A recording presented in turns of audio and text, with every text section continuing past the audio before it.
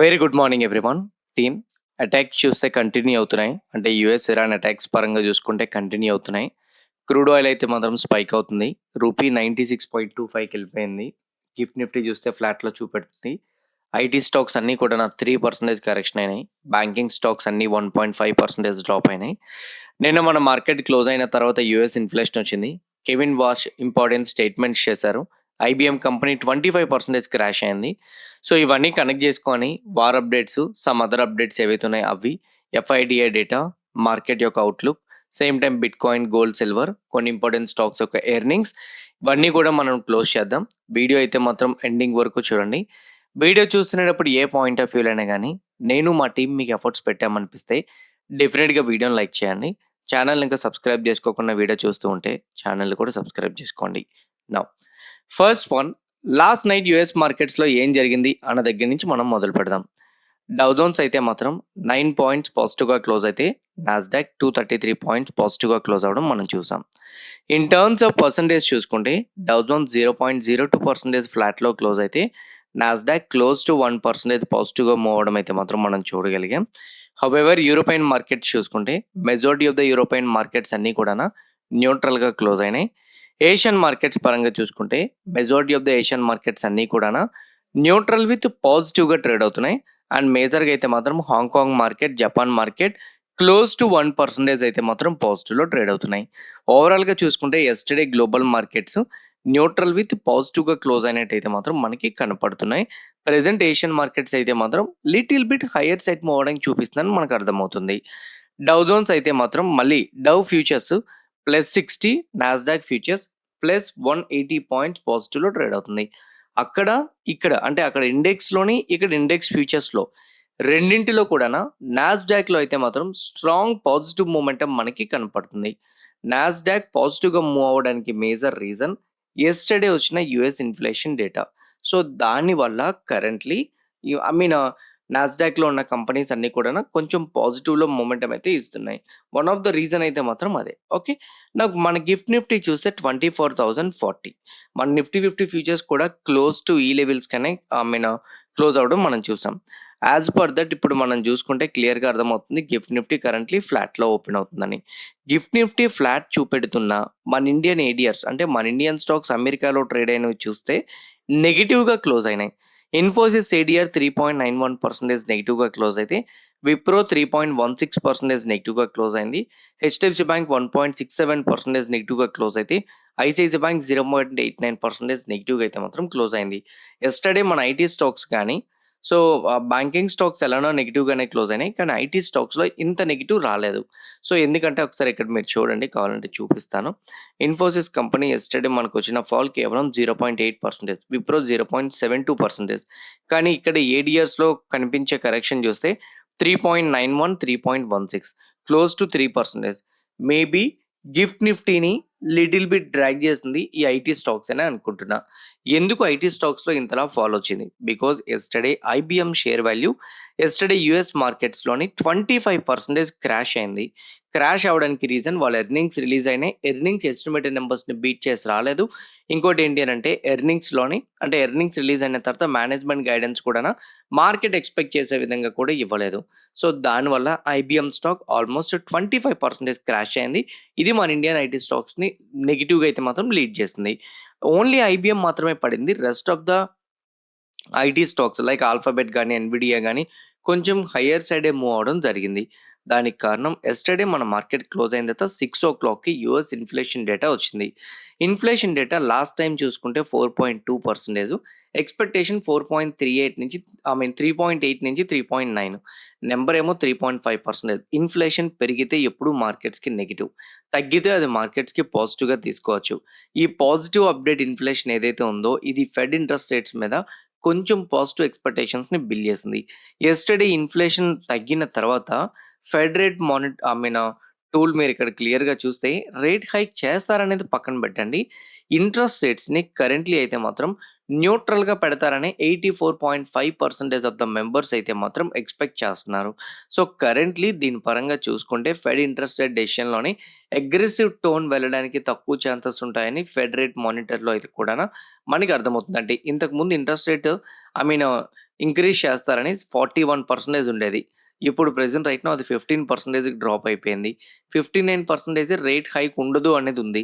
ఇప్పుడు right now అది 84.5% ప్రాబబిలిటీకెళ్ళింది. Fed rate monetary tool వాళ్ళు కూడానా మార్కెట్స్‌కి కొంచెం ఎక్స్‌పెక్టేషన్స్ అయితే పెంచినాయి. ఇది ఇలా ఉంటే నిన్న కెవిన్ వార్ష్ గారు ఒక ఐ మీన్ రిపోర్ట్ అయితే మాత్రం రిపోర్ట్ ఇవ్వడానికి మాట్లాడడం జరిగింది. అందులో కెవిన్ వార్ష్ గారు ఒక స్టేట్మెంట్ ఇచ్చారు. అదేంటంటే, నేనైతే మాత్రం ఇన్‌ఫ్లేషన్‌కి చాలా స్ట్రాంగ్‌గా స్టిక్ అయ్యుంటాను. ఇన్‌ఫ్లేషన్ కంట్రోల్ అయినంత వరకు మానిటరీ పాలిసీస్ మీద నా డెసిషన్స్ ఇలానే ఉంటాయి. స్ట్రాంగ్‌గా నేను అనుకున్న ఇన్‌ఫ్లేషన్ కంట్రోల్ అయితేనే నేనైతే మాత్రం ఇంట్రెస్ట్ రేట్స్ మీద ఎయిదర్ కట్ చేయడమైనా, లేకపోతే ఇంట్రెస్ట్ రేట్స్ మీద న్యూట్రల్ రేటింగ్ నేను ఉండడానికి ప్రయత్నిస్తా. ఇన్‌ఫ్లేషన్‌ని కట్ చేయడానికి ఎటువంటి కైండ్ ఆఫ్ డెసిషన్స్ అయినా గానీ తీసుకుంటాను అని కూడా చెప్పారు. ఇంకోటేంటంటే అతని టార్గెట్ 2% అని కూడా చెప్పారు. కరెంట్‌లీ 3.5% ఉంది. 2% వచ్చేంత వరకు అతను ఇంతే స్ట్రాంగ్‌గా స్టిక్ అయ్యి ఉంటారని అర్థమైంది. దీనివల్ల ఇంట్రెస్ట్ రేట్స్ అనేది మోస్ట్‌లీ కట్ చేయడం కమింగ్ డేస్‌లో చాలా తక్కువ ఆపర్చునిటీస్ ఉంటాయని మార్కెట్‌కి అర్థమైపోయింది. ఇది one of the negative point. But కాకపోతే ఇన్‌ఫ్లేషన్ సమ్‌వాట్ తగ్గుతూ వస్తుంది కదా! అతను అనుకున్న టార్గెట్‌కి కూడా వెళ్ళొచ్చు అనే పాయింట్స్ కూడా మార్కెట్‌లో రైజ్ అవుతున్నాయి. అందువల్ల ఒక పక్క ఇతనిచ్చే స్టేట్మెంట్స్ నెగెటివ్‌గా ఉంటే, ఇంకో పక్క చిన్న పాజిటివ్ హోప్ మేబీ ఇన్‌ఫ్లేషన్ స్లోగా కమింగ్ డేస్‌లో కంట్రోల్ అవుతుంది కదా! అట్‌లీస్ట్ హైక్ చేయకుండా ఉంటారని నెగెటివ్‌ని పాజిటివ్ వెర్షన్‌లోని ఈ అప్డేట్ వల్ల తీసుకున్నాయి మార్కెట్స్. అందుకే న్యూట్రల్‌గా రియాక్ట్ అవుతున్నాయి. ఎందుకు న్యూట్రల్‌గా రియాక్ట్ అవుతున్నాయని మీరనొచ్చు. ఎకానమీ డేటా పాయింట్ పరంగా పాజిటివ్‌గా ఉన్నా, బట్ వార్ పరంగా అయితే మాత్రం పాజిటివ్‌గా లేదు. ఈ వార్ ఇలానే టెన్షన్స్ రైజ్ అయితే మళ్ళీ ఇన్‌ఫ్లేషన్ పెరిగిపోతది. ఆ ఫియర్ కూడా మార్కెట్‌లో ఉంది. ఏంటి వార్ పరంగా కంటిన్యూ అవుతున్నది? యెస్టర్‌డే ట్రంప్ వచ్చేసరికి ట్రూత్ సోషల్ మీడియాలో ఒక ఇంపార్టెంట్ అప్డేట్ ఇచ్చారు. అతనిచ్చిన అప్డేట్ ప్రకారం ఏంటంటే చాలా పెద్ద ట్వీటే ఉంది. క్లియర్‌గా చెప్పేస్తాను. సో, స్ట్రైట్ ఆఫ్ హార్మోస్ దగ్గర టోల్ ఫ్రీ కలెక్ట్ చేయాలనుకున్న నా పాయింట్ ఏదైతే ఉందో, అదైతే మాత్రం ఇప్పటికి అలానే ఉంది. కానీ దాన్ని ఇన్వెస్ట్‌మెంట్ మోడ్స్ కింద మార్చడం కోసం నేను కంప్లీట్ గల్ఫ్ కంట్రీస్‌లో ఉన్న లీడర్స్‌తో మాట్లాడినా. వాళ్ళందరూ కూడా 20% టోల్ ఫీ పే చేసేదానికన్నా, మీ కంట్రీలో అంటే యూఎస్ కంట్రీలో ఇన్వెస్ట్‌మెంట్ చేస్తానని చెప్పారు. ఏదైనా కూడానా యూఎస్‌కి టారిఫ్ పరంగా అంటే 20% టారిఫ్ ఇచ్చినా పర్వాలేదు. ఇన్వెస్ట్‌మెంట్స్ డీల్స్ మాతో చేసుకున్నా పర్వాలేదు.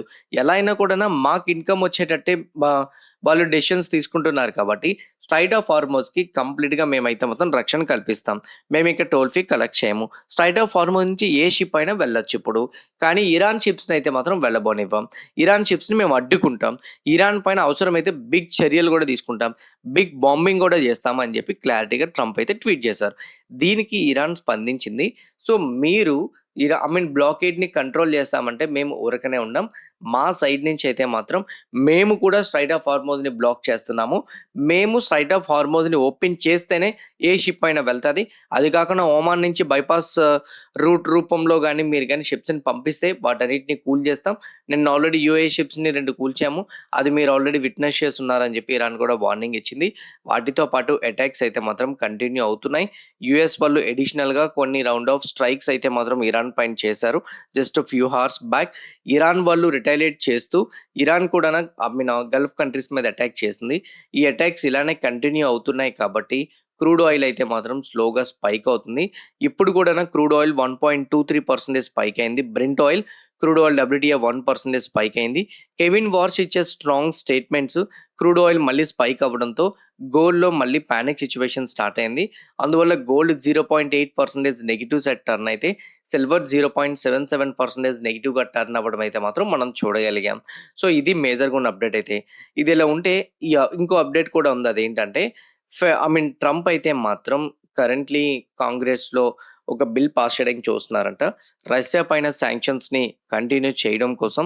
అంతేకాదు రష్యాతో బిజినెస్ చేస్తున్న చైనా, ఇండియా మీద కూడా సాంక్షన్స్ విధించాలి అని చెప్పి ఒక బిల్ పాస్ చేయాలని చూస్తున్నారని చెప్తున్నారు. ఇది ఇంకా ఐ మీన్ పాస్ అవ్వలేదు. బట్ కాకపోతే ఇది గాని పాస్ అయితే ఇండియాకి కూడా నెగెటివ్‌గా మారే ఛాన్స్ అయితే మాత్రం ఉంది. నౌ ఎఫ్ఐడిఐ డేటా ప్రకారంగా చూసుకుంటే ఎఫ్ఐఐ 739 క్రోర్స్ మార్కెట్‌లో యెస్టర్‌డే సెల్ చేస్తే డిఐ 2927 క్రోర్స్ మార్కెట్‌లో బై చేయడం జరిగింది. వాళ్ళు ఎఫ్ అండ్ ఓలో బిల్ చేసిన డేటా ప్రకారంగా చూసుకుంటే 2,65,000 పొజిషన్స్ అయితే మాత్రం FII index future side bill చేసినట్టు కనపడుతున్నాయి. When it comes to the options, so 6,77,000 positions. Yesterday మళ్ళీ కూడా సెల్లింగ్ సైడ్ వాళ్ళు పొజిషన్స్‌ని యాడ్ చేయడం జరిగింది. మళ్ళీ 80-90% పొజిషన్స్ సెల్లింగ్ సైడ్ ఉండేటట్టయితే మాత్రం మనకు కనపడుతుంది. ప్రొప్రైటరీ ట్రేడర్స్ నెంబర్స్ అయితే మాత్రం 50,000 పొజిషన్స్ ఉన్నాయి. 82,915 అయితే మాత్రం నెగెటివ్ పొజిషన్స్ బిల్ చేసినట్టు కూడా మనకు కనపడుతుంది. ఒక పక్క ఎఫ్ఐఐ సెల్లింగ్ సైడ్ బిల్ చేసిన డేటా, ప్రొప్రైటరీ ట్రేడర్స్ ఆప్షన్స్‌లో సెల్లింగ్ సైడ్ బిల్ చేసిన డేటా ప్రకారంగా చూసుకుంటే వీళ్ళిద్దరూ కూడాను స్లోగా మళ్ళీ నెగెటివ్ సైడ్ పొజిషన్స్ బిల్ చేస్తున్నారని మనకు అర్థమవుతుంది. యెస్టర్‌డే నిఫ్టీ ఎక్స్‌పైరీ వల్ల మనం మార్కెట్స్‌లో వచ్చేసరికి కొంచెం వాలటాలిటీ చూసాం. సేమ్ టైమ్ మనం అనుకున్న 2 లెవెల్స్ బట్టి అయితే మాత్రం మార్కెట్‌లో మొమెంటం రావడం అయితే చూడగలిగాం. ఇప్పుడు ప్రెజెంట్ రైట్ నౌ నిఫ్టీ 50కి మళ్ళీ అవే లెవెల్స్ కింద మనం డ్రా చేసుకుందాం. 24,000 అనేది ఇంపార్టెంట్ సపోర్ట్ లెవెల్. 24,200 అనేది important resistance level. 24,000 psychological number. చూస్తే మీరు ఇక్కడ చూడండి, లాస్ట్ 2 క్యాండిల్స్‌లో యెస్టర్‌డే ఫార్మ్ అయిన క్యాండిల్ కొంచెం ఇన్సైడ్ బార్ క్యాండిల్‌లా కనిపిస్తుంది. ఈ ఇన్సైడ్ బార్ క్యాండిల్ యొక్క లో గాని బ్రేక్ అయితే మాత్రం స్లోగా మనం 23,800 వరకు డిక్లైన్ చూడడానికి ఛాన్సెస్ ఉంటాయి. ఎనీథింగ్ ఒకవేళ గాని 24,000 లెవెల్ గాని బ్రేక్ అయితే 23,800 వరకు డిక్లైన్ అయితే చూడొచ్చు. ఒకవేళ గాని ఇన్సైడ్ బార్ క్యాండిల్ యొక్క హై 24,200 బ్రేక్ అయితే హైయర్ సైడ్ చూస్తాం.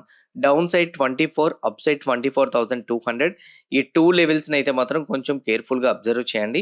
ఆ 2 లెవెల్స్ ఎనీ సైడ్ బ్రేక్ అయితే మనం మొమెంటం ఎక్స్‌పెక్ట్ చేయొచ్చు. లేకపోతే మాత్రం మొమెంటం చూసే ప్రాబబిలిటీస్ అయితే మాత్రం తక్కువ. When it comes to the Sensex రిలేటెడ్‌గా 77,000 సైకలాజికల్ నంబర్. ఎనీథింగ్ 77,000 లెవెల్ గాని డౌన్ సైడ్ బ్రేక్ అయితే సెన్సెక్స్ డిక్లైన్ అవ్వచ్చు. లేకపోతే మాత్రం 77,000 నుంచి 77,770 ఇన్ బిట్వీన్‌లో ట్రేడ్ అవ్వడానికి ఛాన్సెస్ అయితే మాత్రం ఉన్నాయి. When it comes to the bank Nifty పరంగా యెస్టర్‌డే బ్యాంకింగ్ స్టాక్స్‌లోని కొంచెం కరెక్షన్ వచ్చింది. 57,500 నిన్న మనం డ్రా చేసుకున్న లెవెల్ క్లోజ్ టు 57,462 దగ్గర క్లోజ్ అవ్వడం మనం చూడగలిగాం. Near to 57,462. But one thing, ఒకవేళ గాని బ్యాంక్ నిఫ్టీలో గాని 57,500 లెవెల్ గాని బిలో గాని ఈరోజు డే అండేసరికి సస్టైన్ అయితే ఫస్ట్ మైనర్ ఫాల్ 57,268, అది కూడా బ్రేక్ అయితే 57,000 వరకు చూస్తాం. కానీ 57,000 లెవెల్ బ్రేక్ అవ్వకుండా చూసుకోండి. ఒకవేళ గాని బ్రేక్ అయితే మాత్రం సివియర్ కరెక్షన్ బ్యాంక్ నిఫ్టీలో కనిపించొచ్చు. When it comes to the Fin Nifty 25,500 crucial support level, psychological number also. Anything ఈ 25,500 లెవెల్ గాని డౌన్ సైడ్ బ్రేక్ అయితే కరెక్షన్ చూడడానికి ప్రాబబిలిటీస్ అయితే మాత్రం ఉంటాయి.